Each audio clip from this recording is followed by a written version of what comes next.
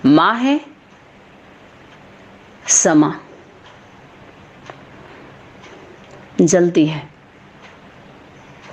जलती रहती है औरों को रोशनी देने के लिए, दूसरे को प्रकाश देती है, खुद अंधेरे में रहती है।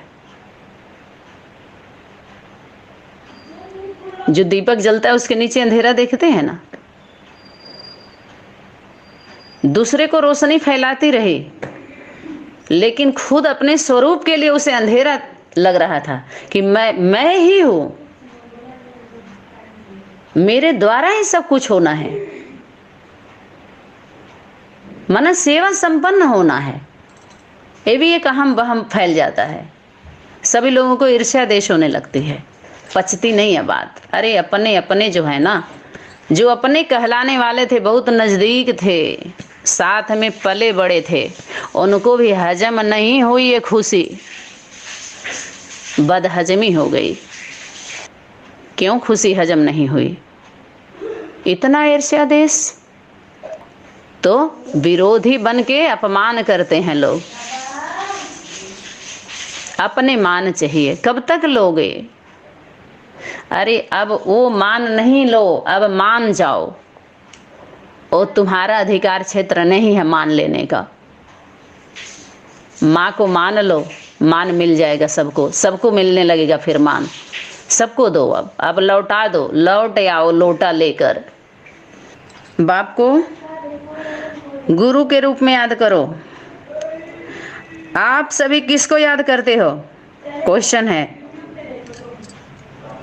क्वेश्चन पूछ रही है शक्ति। इशारा इशारा पूछी थी शक्ति क्वेश्चन। तो सभी लोग अपना भाई, बाप टीचर सतगुरु, बाप टीचर सतगुरु, बाप बाप भी है, टीचर भी है, सतगुरु भी है। जब सतगुरु का स्वरूप होता है तो पता है क्या होता है? उसका जो एक एक वाक्य होता है ना, वो वरदान होता है। किसके लिए? बच्चों के लिए। जब सतगुरु का स्वरूप होता है तो, और गुरु का स्वरूप तो मंत्र देता है सिर्फ,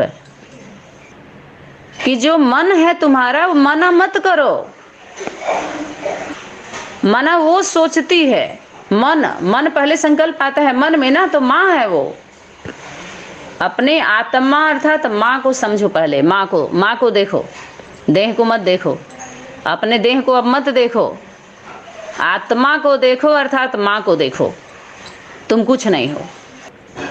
तो शक्ति क्या इशारा की थी कि बाप दादा भी सिर्फ बच्चों को नहीं देखते हैं। शक्ति इशारा की थी तीनों संबंधों को, तीनों रूपों को देखते हैं। तीन स्वरूप हो गया ना, बाप टीचर सतगुरु। टीचर गुरु को कह लीजिए, गुरु सतगुरु।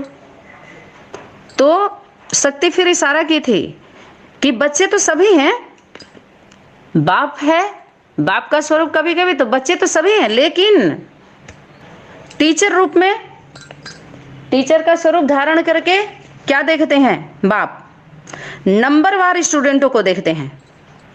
जब टीचर का स्वरूप धारण करते हैं तो नंबरवार सभी स्टूडेंट, और बाप का स्वरूप तो नंबरवार सभी बच्चे। जब गुरु का स्वरूप होता है तो किसको देखते हैं? नंबरवार फॉलो करने वाले को, कि फॉलो कितना कर रहे हैं। जैसे बाबा को तो हम मानते हैं, बाबा की नहीं मानते हैं। बाबा को मानते हो लेकिन उनके नहीं मानते हो, चलो कोई बात नहीं है। माता को मानते हो, माता की नहीं मानते हो। को की जानना, मानना और चलना, तीन आयाम है। तो जो गुरु है, गुरु रूप से किसको फॉलो करना? अशरीरी। अशरीरी का इसके पहले क्लास कराया गया है कि माँ है विदेही अवस्था, जो विदेही बन के देह को जन्म देती है, देहधारियों को। उसकी मौत होती है तो ये सब जीते हैं, बिना जाने जनाने लगते हैं सब। जनानी बताएगी तब ना जनाओगे। तो जब तक आप सभी को आत्मा अर्थात माँ याद नहीं आएगी, आपकी शरीर ही याद आएगी कि मैं ही हूँ खुद, तो गुरु के साथ नहीं जा सकते,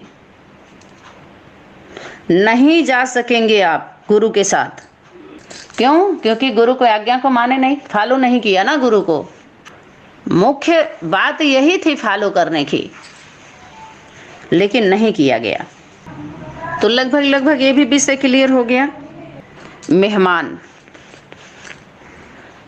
मेहमान की बात आई थी। महान बनने के लिए अपने को मेहमान समझना। और एक और पॉइंट था, वो क्या था? वास्तव में जो शंख ध्वनि है ये असुरों के पंख को फूंकने वाली है, देवताओं को पंख को देने वाली है। पंख लग जाएगा। ये शंख पंख लगाने वाला है। कौन? जो अवतरित हैं, सेवाधारी हैं, निमित्त हैं, जिम्मेवार हैं, उनको पंख देने वाला है। पंख जलने का डर किसको होता है? वो सभी अपनी अपनी ध्वनि निकाल करके मनी लेके बैठे हैं, मनी को इकट्ठा किया है। क्यों?